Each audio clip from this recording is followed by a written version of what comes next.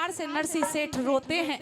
उस नाई को बैठा लिया गया कि नाई के मेरे पास में देने के लिए फूटी कौड़ी नहीं है, क्योंकि जो चिट्ठी को लेकर के आता है उसे कुछ ना कुछ देना पड़ता है। कह दिया रे नाई के मेरे पास वैसे तो कुछ भी नहीं है, लेकिन ठाकुर जी का जैसा आदेश होगा तेरे लिए सब कुछ करूंगा। खाने के लिए बथुआ तोड़ करके खेतों में जाते हैं, लेकर के आते हैं, उसके लिए भोजन बनाते हैं नरसी सेठ। लेकिन वहां कहां नरसी सेठ थे, स्वयं ठाकुर जी महाराज ने उस नाई का स्वागत और सम्मान किया। श्रोताओं, भात का समय नजदीक आ जाता है और उधर नरसी सेठ अपने भाइयों के पास में जाते हैं कि चलो आज मेरी बेटी हरनंदी की बेटी है रामा, उसकी शादी है, उसका भात न्योतने के लिए चलना है। सबने हाथ हिला दिया कि नरसी सेठ जब तेरे पास में धनमाल था तो तूने वो सारा धनमाल ऐसे ही दान दे दिया, अब हमारे पास आया है। मना कर दिया सबने, कोई भी नरसी सेठ के साथ में नहीं चला। नरसी सेठ बहुत ज्यादा मजबूर हो गए, मोड़े भाइयों को साथ में लेते हैं और अपनी बेटी के द्वार पे पहुंच जाते हैं। उधर हरनंदी को जब ये पता लगता है कि मेरा बाप आया है, गौशाला के अंदर पिता को ठहरने की जगह दे दी जाती है कि इस गौशाला के अंदर तुम्हें रुकना होगा, वहीं पे तुम्हारा खाना पीना होगा, और सुबह जब भात का समय होगा यहीं से तुम्हें भात भरने के लिए आना होगा। किस प्रकार से वो बेटी आंखों में आंसू भर लाई, किस प्रकार से क्या कुछ सोचती हुई हरनंदी अपने पिता के पास में चलती है, क्या कुछ अपने बाबुल से कहती है, ताना देने लगी। सुनेगा बाकी हवाला रागनी में क्या लिखा। आइए, वो हरनंदी अपने पिता के पास में पहुंच गई। पिता ने पूछा, री बेटी रात के समय नंगे पैर तू मेरे पास क्यों आई है? सुबह मैं तेरे पास आने वाला था। हरनंदी ने कह दिया, रे पिताजी अरे खिजालत मेरी करवा दी तू मोटे साथ में लाया, खिजालत मेरी करवा दी तू मोटे साथ में लाया, रखेगा क्या इज्जत मेरी बता के भात में लाया। कल भात का समय हो जाएगा, सुबह होते ही मुझे इस तरह के ताने सुनने पड़ेंगे। किस प्रकार से वो बेटी अपने पिता को ललकारने लगी, धमकाने लगी। आज एक बेटी अपने पिता को धमकाती है, क्या कुछ कहती है, सुनेगा।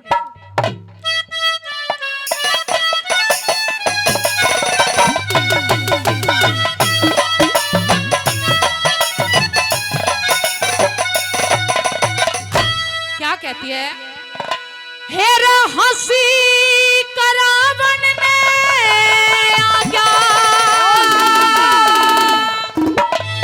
ले मोटे साथ में,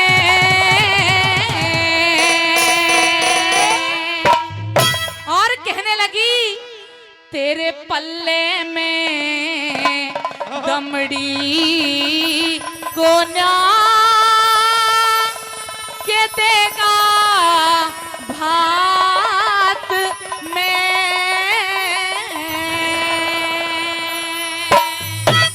क्या कहती है, हेरा हंसी करावन ने आज्ञा ले मोटे साथ में, हंसी करावन ने आज्ञा ले मोटे साथ में, तेरे पल्ले में दमड़ी को ना के देगा भात में, तेरे पल्ले में दमड़ी को ना के देगा भात में, रे के देगा भात में, हो के देगा भात में, हो।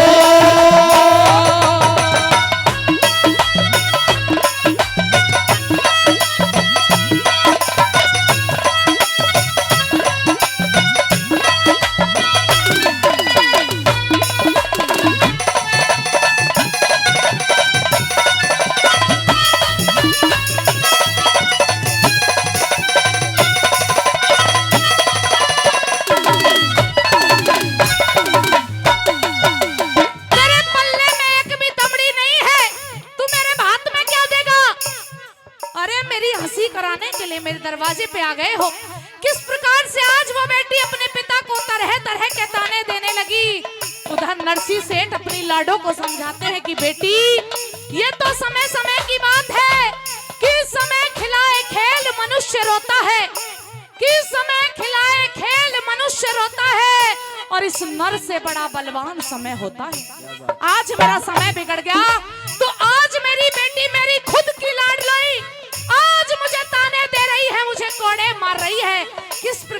क्या कुछ कहने लगी हरनंदी, सुनेगा पहली कली।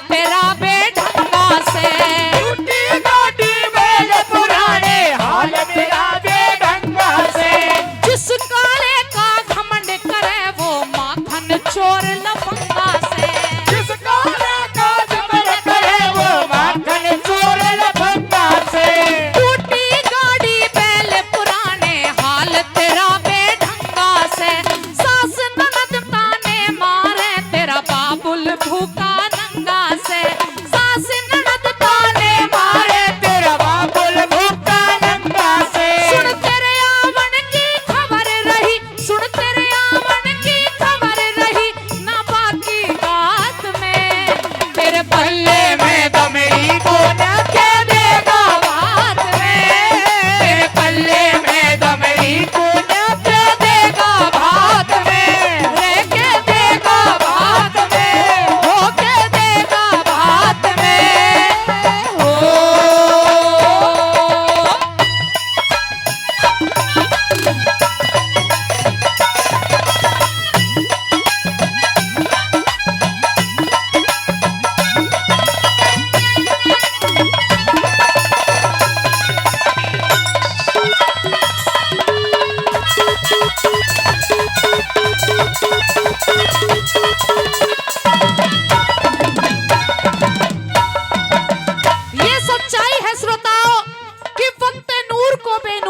देता है, जख्म छोटा सा नासूर बना देता है, कि वक्त नूर को बेनूर बना देता है, जख्म छोटा सा नासूर बना देता है। और कौन चाहता है मजबूरियों से गुजरना, लेकिन ये वक्त इंसान को मजबूर बना देता है। आज ऐसी मजबूरी के कारण नरसी सेठ कंगाल अपनी बेटी के दरवाजे पे खड़े हुए हैं। बेटी ने ताना दिया कि पिताजी कि चांदनी रात में बरसात बुरी लगती है, जब घर में हो लाश तो बारात बुरी लगती है, और झूठे अफसानों से दिल नहीं भरता पिताजी, जब इस दिल में हो दर्द तो हर बात बुरी लगती है। मेरी सास और ननद आज मुझे तरह तरह के ताने दे रही है कि तेरा पिता आया है भिखारी के रूप में, मैं उनको जवाब दूं तो क्या दूं, क्या कुछ कहने लगी हरनंदी। सुनेगा दूसरी कली में क्या लिखा।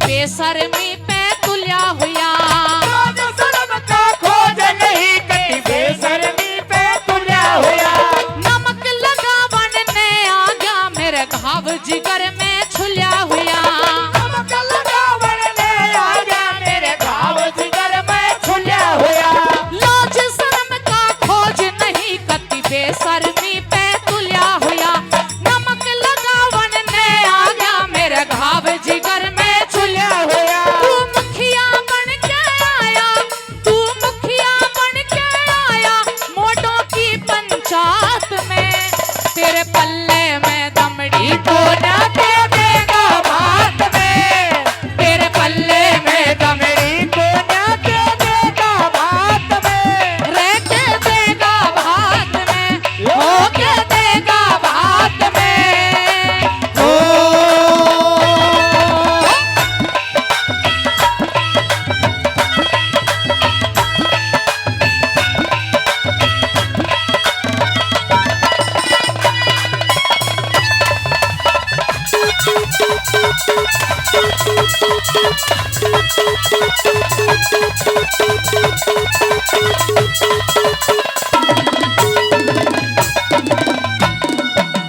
जब इतनी जली कटी बात एक बेटी के मुख से पिता ने सुनी तो कह दिया, री बेटी बनी के चेहरे पे लाखों निशान होते हैं, कि बनी के चेहरे पे लाखों निशान होते हैं, और बनी जब बन के बिगड़ जाती है तो दुश्मन हजार होते हैं। आज तेरा खोट नहीं है लाडो, आज समय मेरा खराब है, तो तू मुझे इस तरह के ताने दे रही है, क्या कुछ कहती है वो हरनंदी की पिताजी। एक बार सोचा होता कि तुम्हारी इस लाडो के ऊपर क्या बीतेगी जब जब उसकी सास और ननद उसे ताने देंगी, क्या कुछ कहने लगी तीसरी कली में सुनेगा।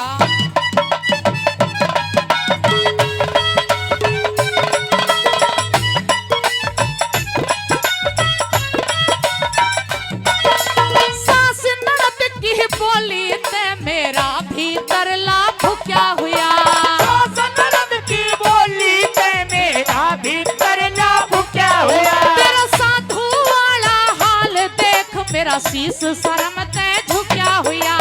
साधु वाली बाल देख मेरा शीश शर्म ते झुक्या हुआ। सास ननद की बोली ते मेरा भीतर लाभ क्या हुआ। तेरा साधु वाला हाल देख मेरा शीश शर्म ते झुक्या हुआ। कद हीरे मोती कणी मणि, कद हीरे मोती कणी मणि लाई थी दात में, तेरे पल्ले में दमड़ी को न दे देगा हाथ में।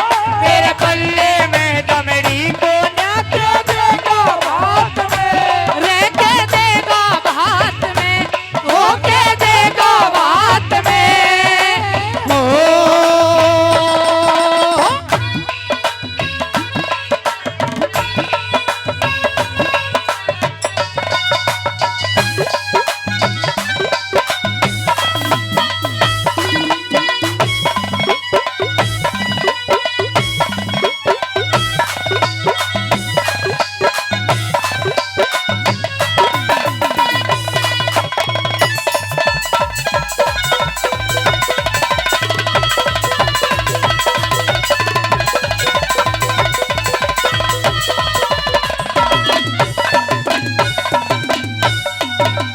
यूं कहने लगी कि मुझे नहीं चाहिए तेरा भात, तू जिन पैरों से आया है उन पैरों से वापस चला जा।